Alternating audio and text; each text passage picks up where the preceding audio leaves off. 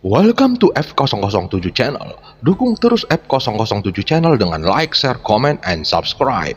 Melanjutkan cerita berikutnya dari Battle Through the Heavens.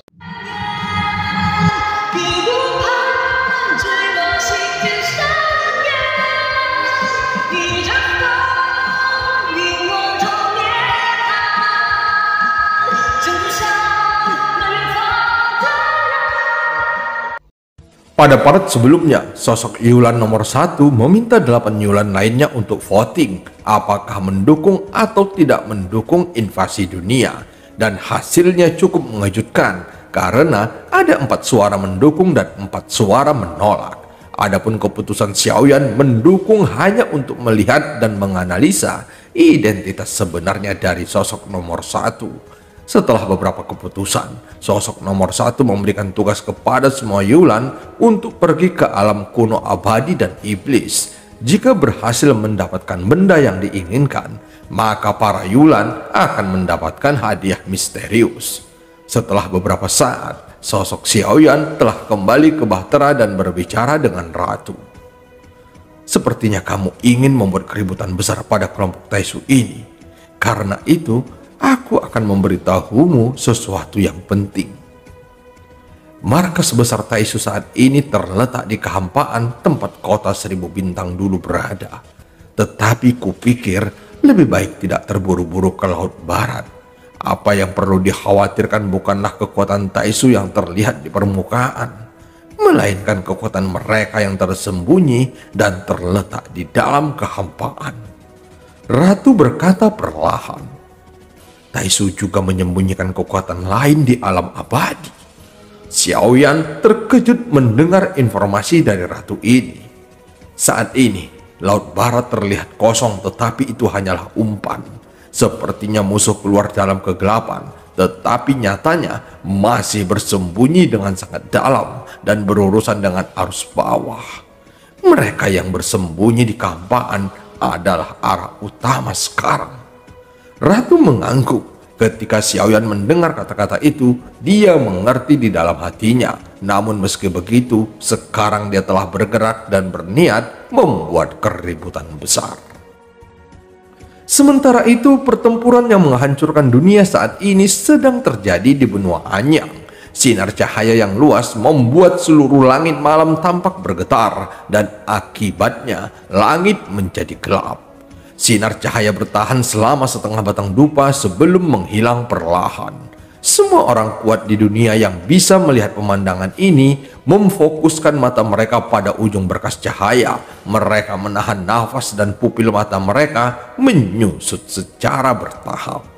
Saat sinar menghilang, sepertinya mereka bisa mendengar suara ledakan pembakaran yang datang dari kejauhan. Dan saat berkas cahaya benar-benar telah menghilang, pupil mata semua orang tiba-tiba menyusut seukuran mata jarum, dan bayangan yang terpantul di mata mereka membuat pupil mata mereka bergetar saat melihat sosok raksasa setinggi ribuan kaki di udara dengan asap putih yang keluar di sekujur tubuhnya, dan tubuhnya berwarna merah darah. Sepertinya semua kulitnya telah terbakar, yang memperlihatkan daging dan darah di bawah kulit, termasuk wajah tanpa kulit yang tampak mengerikan dan menakutkan. Hanya saja sosoknya masih berdiri tegak, dan ini menegaskan bahwa tubuh fisiknya masih begitu kuat. Sebenarnya dia memiliki kesempatan dan cukup masuk akal untuk menghindar. Mungkinkah dia melindungi benua ini? Para komandan yang dekat dengan Dewa Taisu memandang Xiaoyan yang menahan serangan berkas kepunahan, dan mereka semua menunjukkan keterkejutan di wajah mereka. Pasti begitu, dia ingin melindungi benua ini. Karena itu, beberapa komandan Taisu saling memandang dan mereka punya rencana lain. Arahkan sinar kepunahan ke dunia Anyang ini dan hancurkan semua benua, dan dia sedang dalam situasi tidak beruntung saat ini. Meski dunia Anyang diserbu oleh mereka, namun masih banyak makhluk hidup yang tak terhitung jumlahnya yang selamat, walaupun banyak kota yang berantakan dan nyawa yang melayang. Namun di mata Taisu, Makhluk ini lebih rendah dari rumput, dan jika mereka membunuhnya secara membabi buta, maka mereka tidak akan merasa bersalah. Saat ini terlihat bahwa Dewa Taisu membuka lagi mulutnya yang besar, kemudian memuntahkan lebih dari selusin bola cahaya secara berturut-turut dan tersebar ke segala arah, kemudian menyapu ke arah alam anyang dengan kecepatan yang sangat cepat. Gemuruh bola cahaya yang dipenuhi dengan kekuatan penghancur jatuh ke benua anyang dalam sekejap, dan energi yang meledak menyebabkan seluruh benua runtuh secara bersamaan. Dengan situasi seperti itu, terlihat ada banyak sekali makhluk yang ada di benua itu tidak punya waktu untuk bereaksi. Bola cahaya energi yang dimuntahkan Dewa Taisu itu seperti batu besar menabrak permukaan air, yang menyebabkan munculnya lapisan demi lapisan riak, dan semua tempat yang tersapu langsung musnah dalam sekejap. Dunia anyang akhirnya hancur, dan avatar Xiaoyan yang berada di udara menoleh untuk melihat ke bawah. Seluruh tubuhnya berwarna merah darah, kemudian dengan kecepatan yang merusak, kulitnya tumbuh dan sembuh dengan cepat. Kalian mencari kematian. Kemarahan avatar Xiaoyan meledak pada saat ini, tetapi tiba-tiba ada raungan yang terdengar dari atas langit.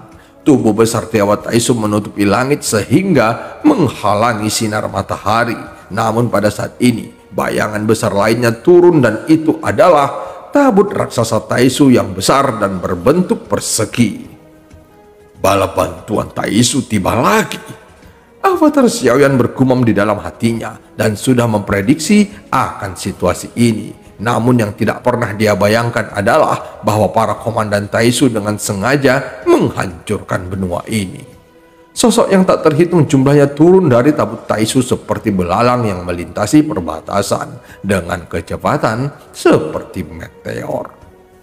Jumlah prajurit Taisu sangat banyak, tetapi saat ini mata avatar Xiaoyan penuh dengan niat membunuh. Dia hanya tahu bahwa dia memikul tanggung jawab untuk melindungi dunia sensi, dan setidaknya sekarang dia ada di sini. Dia tidak bisa begitu saja menyaksikan alam yang berada di dunia sensi dihancurkan oleh Taisu. Baiklah, bala bantuan telah tiba, dan mari bersiap untuk mencekik orang ini. Langsung arahkan untuk menekannya, dan buka formasi yang dikombinasikan dengan energi yang terkandung dalam Dewa Taisu, dan itu cukup untuk melenyapkannya. Ketika pasukan bantuan Taisu turun, komandan yang lebih kuat juga segera muncul, dan ada sekelompok pasukan dengan armor dewa palsu yang levelnya jauh lebih tinggi dengan pertahanan dan kekuatan tempur yang lebih kuat. Namun tidak masalah bagi avatar Xiaoyan saat ini. Secara alami tidak mungkin dewa asli biasa memiliki kekuatan tempur yang begitu kuat. Namun itu hanya akan dimiliki oleh dewa asli yang telah ada selama bertahun-tahun yang tak terhitung jumlahnya. Kekuatan avatar Xiaoyan langsung dinaikkan ke tingkat yang luar biasa. Tetapi karena keterbatasan kekuatan tubuh utama, maka darah dalam tubuh avatar dewa asli tidak bisa benar-benar meletus. Tetapi pada saat ini, kekuatan dewa telah ditingkatkan menjadi keabadian kaisar langkah keempat, sehingga avatar dewa asli juga bisa membuat terobosan lebih lanjut. Saat ini terlihat bahwa avatar dewa asli yang awalnya hanya memiliki bintang 5 di tengah alisnya, kini bintang ke-6 bersinar dan terkondensasi dalam sekejap.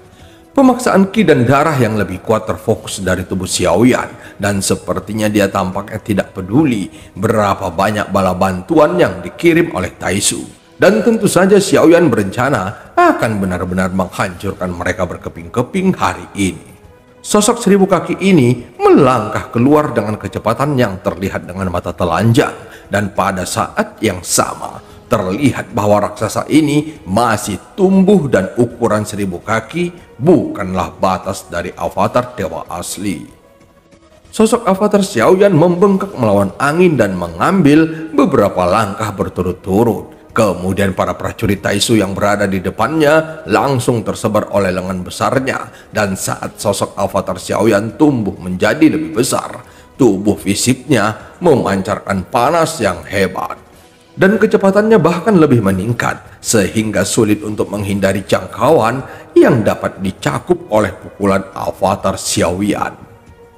Prajurit Taisu yang terkena pukulan avatar Xiaoyan langsung roboh, dan armor dewa palsu yang mereka gunakan tidak dapat menahan kekuatan absolut seperti itu, dan bahkan beberapa potong daging mereka meledak dan berserakan di mana-mana.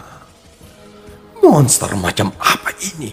Bagaimana bisa menjadi sangat kuat? Bala bantuan Taisu bergegas mundur. Meski begitu, komandan Taisu yang lebih kuat yang berada di sebelah Dewa Taisu memandangi sosok avatar Xiaoyan yang beberapa kali lebih tinggi dari gunung. Bisa dikatakan bahwa dia sebagai eksistensi yang menutupi langit dan sangat fleksibel, serta jangkauan pukulannya sangat luar biasa. Sebenarnya, semua prajurit Taisu sudah dalam jarak ratusan kaki dari pukulan avatar Xiaoyan, namun tetap dihancurkan sampai mati atau setidaknya terluka parah.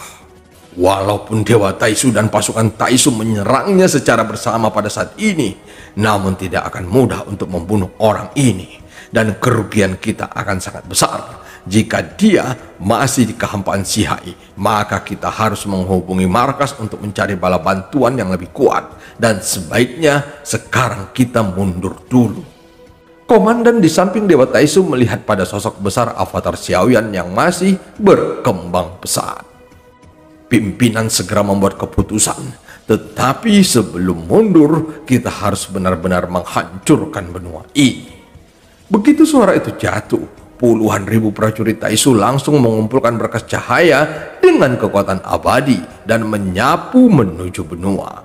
Terlihat dari langit, itu seperti hujan cahaya, dan ini bukanlah semacam hujan ringan, tetapi serangannya mengandung kekuatan abadi. Meski tidak bisa menghancurkan seluruh benua, setidaknya itu bisa membuat benua yang mati atau bahkan tidak ada kehidupan sama sekali. Sosok avatar Xiaoyan tidak bisa menghentikannya sekarang karena jumlah Taisu ada terlalu banyak, dan cara mereka ini sudah cukup untuk menghancurkan benua ini.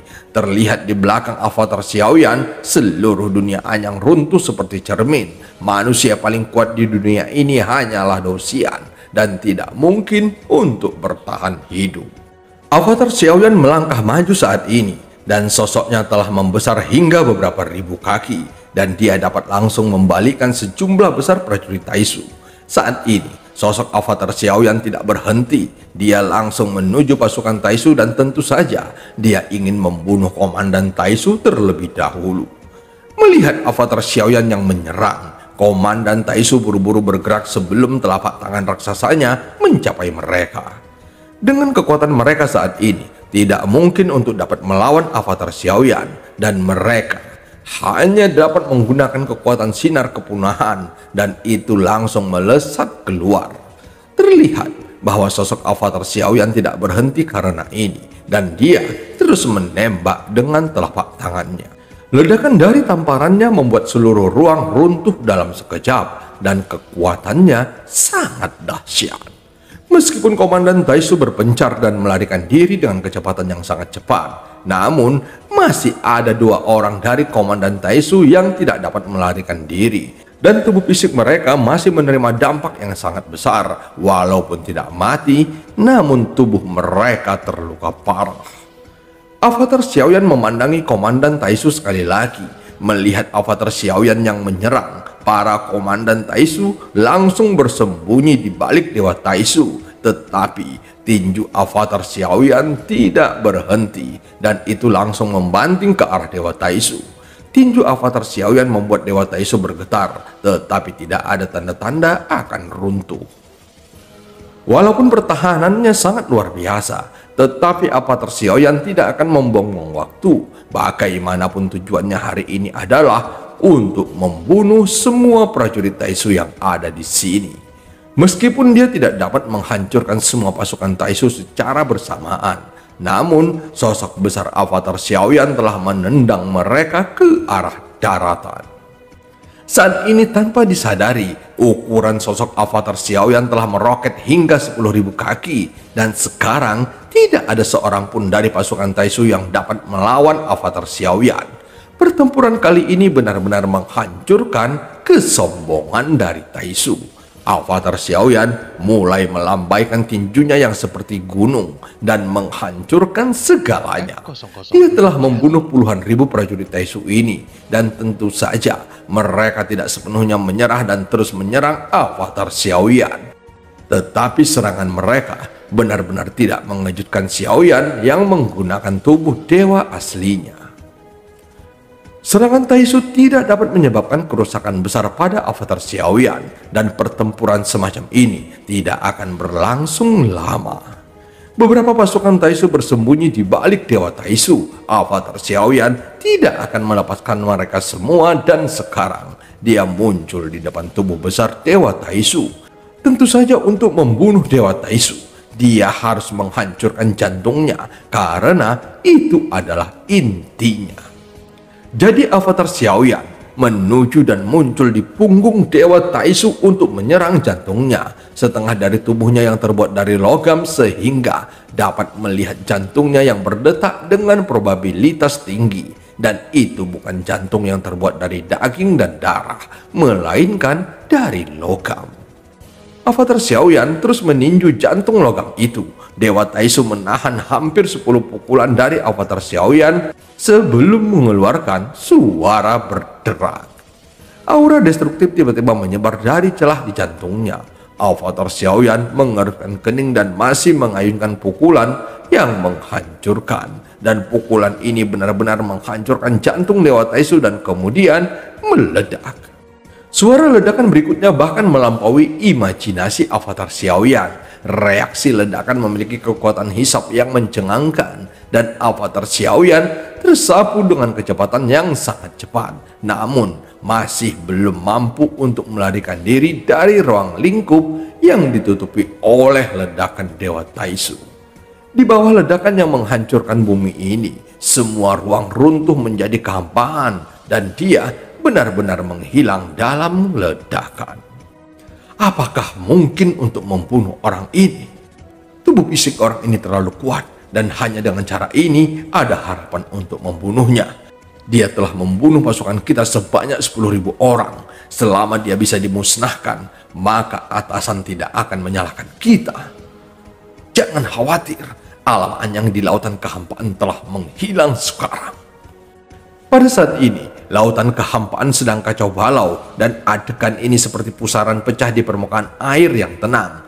Terlihat raksasa persegi melesat keluar dari pusaran, seolah-olah segala sesuatu di dunia itu hancur dan hanya menyisakan raksasa persegi Taisu.